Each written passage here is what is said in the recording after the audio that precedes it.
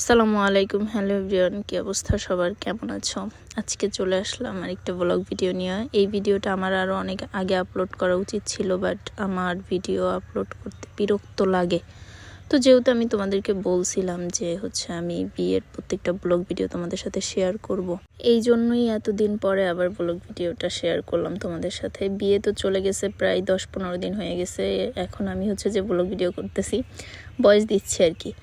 তো যাই হোক, এইখানে তোমরা দেখতেছো যে যেদিন আন্টির এঙ্গেজ হবে ওই দিনে সব কাজকর্ম করতেছে সবাই মিলে। ফার্স্টেই দেখছো সবাই অনেক কাজ করছে, আর আমি শুধু ভিডিও করতেছিলাম। আর এইখানে বউ যে সব কিছু ব্লেন্ডার করছে। এটা সকালের সময়, সকালবেলা এইসব কাজগুলো করছে।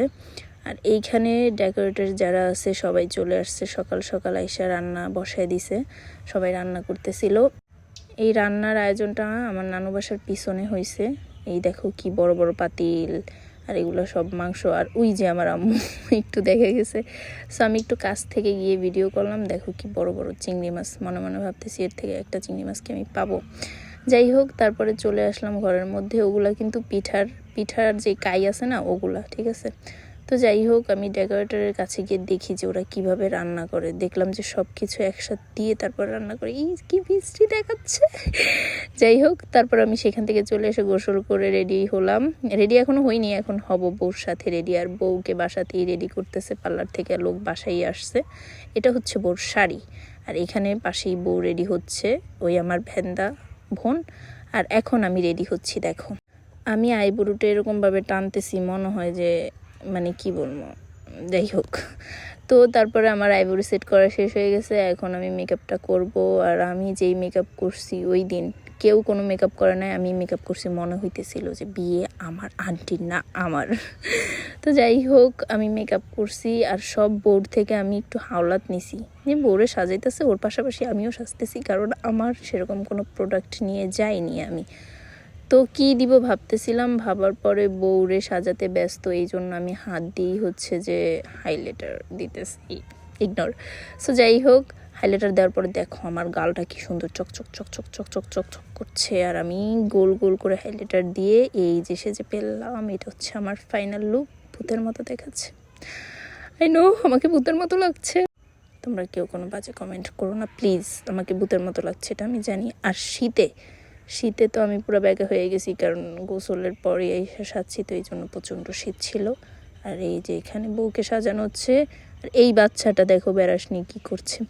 সো আমি তাড়াতাড়ি করে সেজে রাস্তায় চলে আসছি, কারণ বরপক্ষরা এখনই চলে আসবে। আর এই যে দেখো আমাকে কি সুন্দর লাগছে, অতটাও বাজে লাগছে না যতটা আমি ভেবেছিলাম। তো যাই হোক, আর এটার মধ্যে যখন আসছি তখন তো সব লাল লাল লাগছে, একটা ছবিও সুন্দর করে আমি তুলতে পারি নাই। আবারও আমি চলে আসলাম ডেকোরেটরের কাছে, দেখি ওদের রান্না কত দূর আগাইছে। দেখলাম যে মোটামুটি সব রান্না করাই শেষ। আর এই যে আমার বউ, সরি আমার খালামণি, তো যাই হোক, ও পুরোপুরি রেডি। এখন যে ওর মাথার ঘোমটাটা দিবে, এই যে ঘোমটা দিয়ে দিয়েছে। আর এইখানে আমি দাঁড়িয়ে দাঁড়িয়ে ওর ঢং দেখতেছিলাম আর ভাবতেছিলাম কবে যে আমারটা হবে।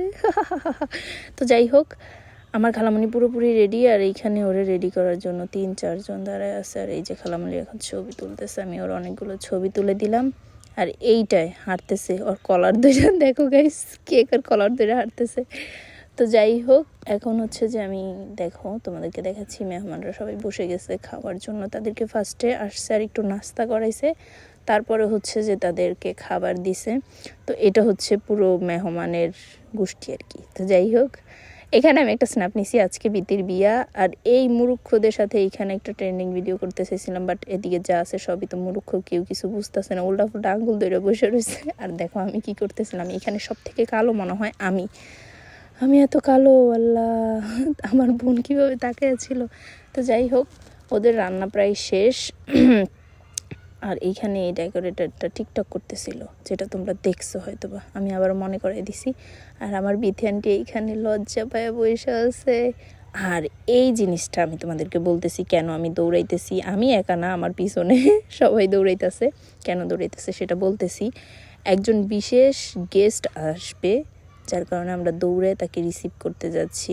আর এই এলাকার বাড়ির আন্দা চান্দা পিছন দিয়া, হ্যাঁ, সবখান দিয়ে ঘুরে ঘুরে যাইতেছি। ভিউটা জাস্ট দেখো কি বিশ্রী। তো যাই হোক, দৌড়ে দৌড়ে যাচ্ছি, কারণ গেস্ট এটা অনেক স্পেশাল একটা গেস্ট আমার জন্য। এই জন্য আমি সবাইকে নিয়ে আসলাম ওদেরকে রিসিভ করার জন্য। আমার পিসেরটা কীভাবে দৌড়াইতেছে দেখছো, আমার থেকে ওর তারা বেশি। ও কিন্তু জানে না যে ও কী জন্য দৌড়ে। তো যাই হোক, আমরা দৌড়ে দৌড়ে গেস্টকে নিয়ে আসছি। আর আসার পরে দেখি এই স্বার্থপর এই দুইটায়, আমার বোন ফাইজা আর এইটা আমার রাইখেই খাইতে বসে গেছে। বিশ্বাস করবা গাইস, আমি ওই দিন কিছুই খাইতে পারি নাই, কারণ ওই যে একসাথে না খেলে তো আর খাওয়া হয় না। পরে আমি বসছি, এই যে দেখছো না, আমি বসছি কিন্তু আমি খাই নাই, আমি উঠে গেছি। তো যাই হোক, ওরা আমারে রাইখা আগে প্যাট ট্যাট পুইরা খায়া টায়া শেষ। খাওয়ার শেষে হচ্ছে যে আন্টিকে এঙ্গেজ করছে। তো আমি কিছু খাই নাই ওই দিন। আমি এঙ্গেজের সময়ও ওইখানে ছিলাম না, আমি যেন কোথায় গায়েব হয়ে গিয়েছিলাম আর কি। আর এইখানে আমার বোন 2টা 7 আপ চুরি করে আনছে, ওর তো আবার একটু চোরের অভ্যাস। তো যাই হোক, এখন হচ্ছে এঙ্গেজ করার পর্ব। এই যে দেখো এঙ্গেজ করতেছে। মানে এই মুহূর্তটা প্রত্যেকটা মেয়ের জন্য এত সুন্দর আর এত বিশেষ একটা মুহূর্ত, যেটা আসলে বলার মতো না। এখানে সবাই উপস্থিত, আর আমার খালামণিকে এঙ্গেজ করতেছে, দেখতেছো কত ভিড়। তো যাই হোক, আজকের ভিডিওটা এই পর্যন্তই। কার কেমন লাগছে সবাই কমেন্ট করে জানাবা। আর নেক্সট ভিডিও, গায়ে হলুদের বিয়ের ভিডিও আমি তোমাদেরকে দেব আরও কয়েক বছর পরে। So tata.